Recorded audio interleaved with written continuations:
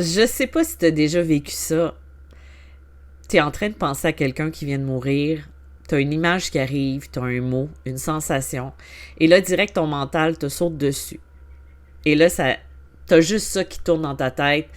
Ben, c'est toi qui inventes, c'est ton imagination. T'as tellement envie que ce soit réel que tu te fais des accroires. Ou t'es juste en train de développer tes capacités, tu reçois quelque chose en méditation, puis au lieu de te faire confiance, tu passes les 20 prochaines minutes à te demander si c'est pas juste quelque chose que tu t'es fabriqué dans ta tête. Si tu te reconnais là-dedans, cet épisode-ci, il est fait pour toi. Parce que c'est la question que j'entends le plus, autant de la part des débutants en médiumnité que des personnes qui vivent un deuil et qui essaient de savoir si leurs proches les contactent vraiment. La question est simple. Comment je fais pour savoir si c'est mon imagination ou si c'est un vrai signe? Aujourd'hui, ensemble, on va décortiquer ça. On va aller dans le concret, dans le physique, dans le ressenti. Parce que la différence, elle existe vraiment. Et une fois que tu la connais, tu ne peux plus l'ignorer. Donc, installe-toi, on commence et je te souhaite une bonne écoute.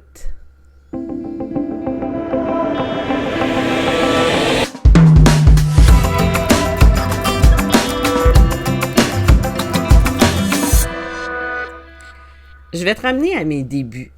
Quand j'ai commencé à recevoir des informations par télépathie, clairvoyance, claire connaissance, j'étais constamment en train de me battre avec mon mental.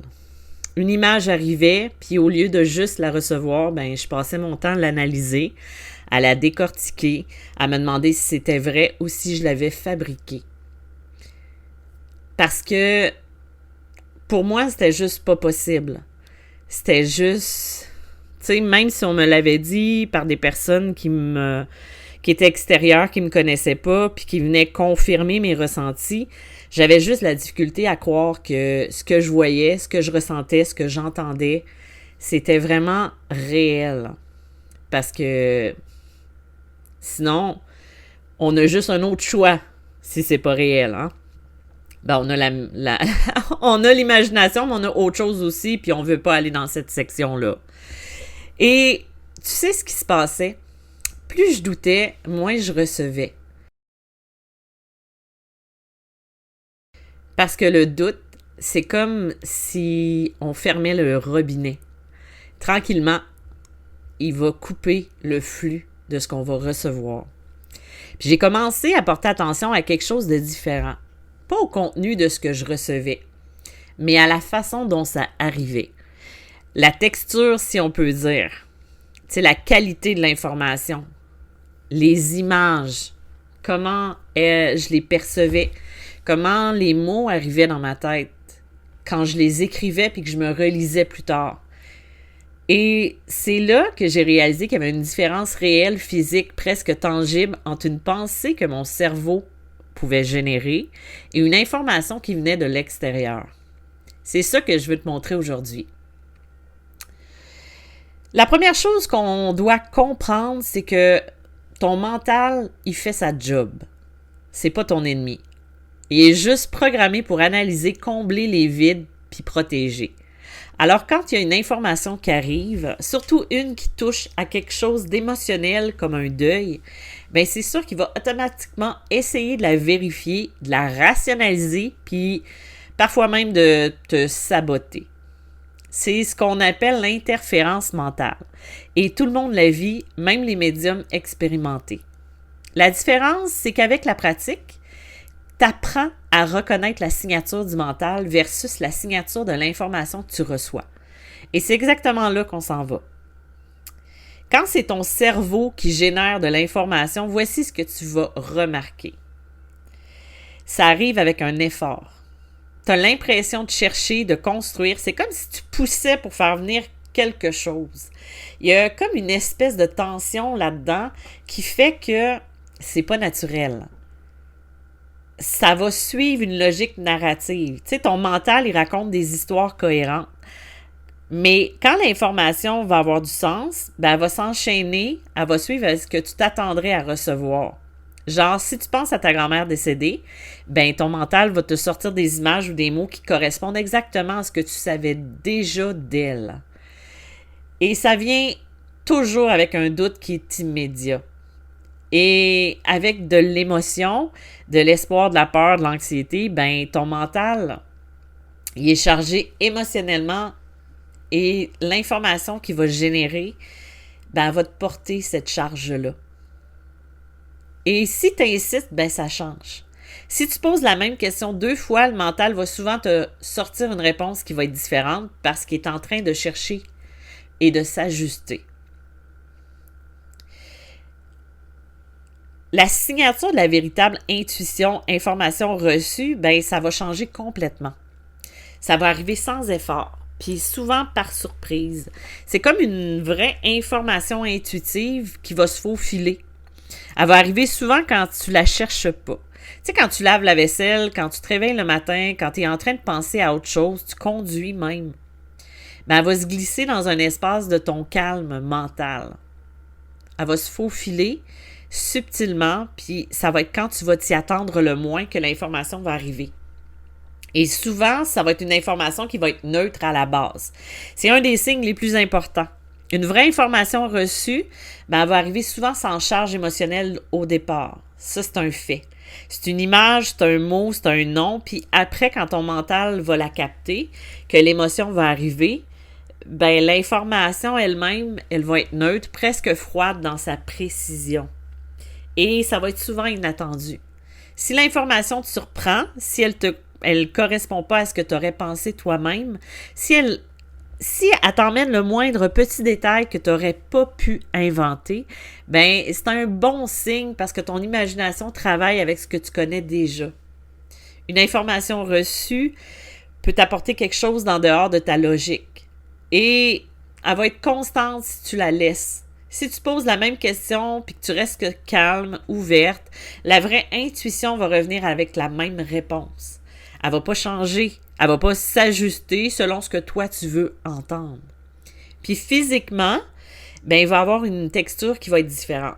Tu sais, pour moi, une information qui vient de l'extérieur, elle va avoir une qualité particulière. Elle va arriver comme quelqu'un qui dépose quelque chose qui se pose dans mon champ de conscience sans que j'ai eu le temps ou que j'ai eu à aller la chercher. Toi, ben ça peut être différent. Tu peux peut-être ressentir ça d'une autre façon, que ce soit un picotement, une certitude soudaine. Ça peut être une image qui apparaît avec une clarté qui va être différente de tes pensées habituellement. Porte attention à ça parce que c'est ta signature à toi, puis elle va être unique. Et ça, c'est quelque chose qu'on oublie beaucoup. Tu sais, je parlais il y a 2 épisodes, l'épisode du 30 juin, que on peut pas se comparer. On peut aller chercher des points, pas des points de comparaison, mais aller se chercher quelque chose qui va nous indiquer peut-être des indices à voir comment nous, on peut percevoir, mais on se compare pas parce qu'on a chacun notre façon de percevoir les choses. Il y a un cas qui est particulier, c'est celui du deuil. Puis je veux prendre un moment vraiment pour parler aux personnes qui sont en deuil parce que c'est souvent là que la confusion va être la plus douloureuse. Quand on perd quelqu'un qu'on aime, le désir de les rejoindre, de savoir qu'ils vont bien, ben il est immense. Et, tu sais, je vois ça dans mes consultations. Je reçois des gens qui sont en deuil, qui ont perdu quelqu'un. Je les accompagne dans les communications. Je les aide en servant de messagère et aussi en les aidant à communiquer eux-mêmes. Et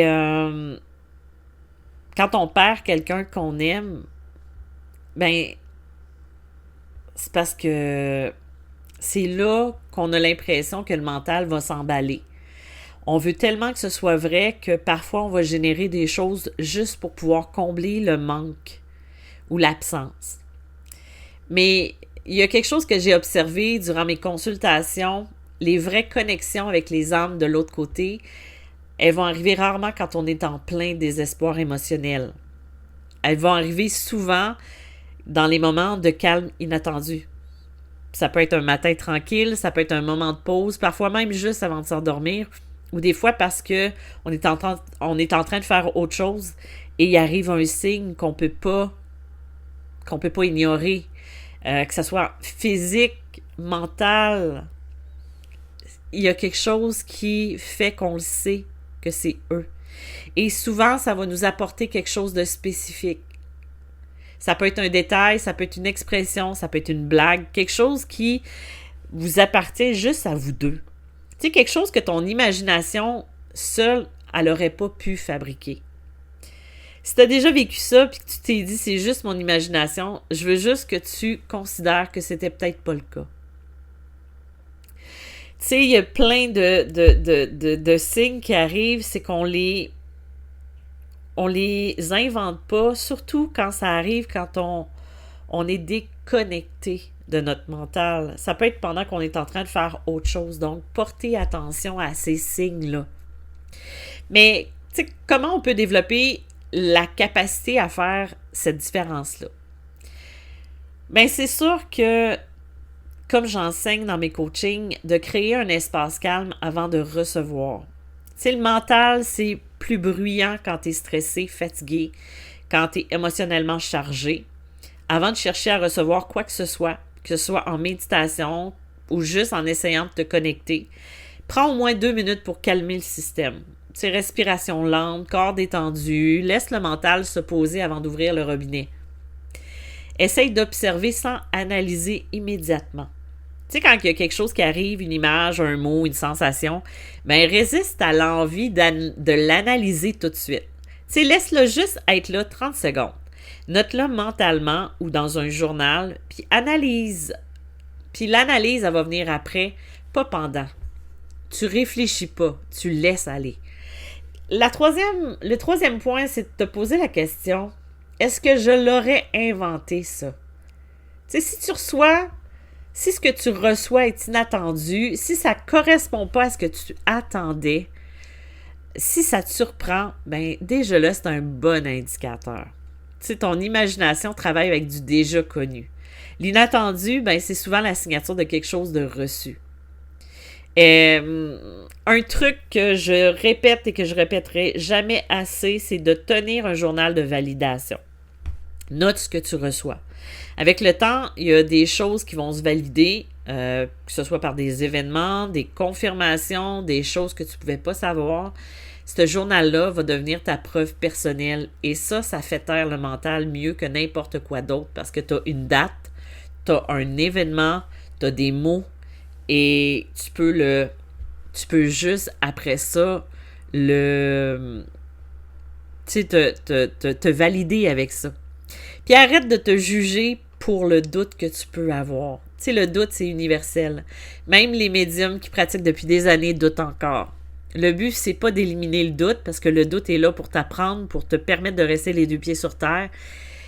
Ce qu'il faut, c'est apprendre à agir malgré lui. Et ça se développe avec la pratique, la confiance que tu vas bâtir tranquillement en toi. Si tu sens que tu as besoin d'être guidé dans ce processus-là, apprendre à reconnaître ton canal, faire confiance à ce que tu reçois, comprendre ta propre signature intuitive, ben c'est exactement ce genre de travail qu'on va faire ensemble en consultation privée.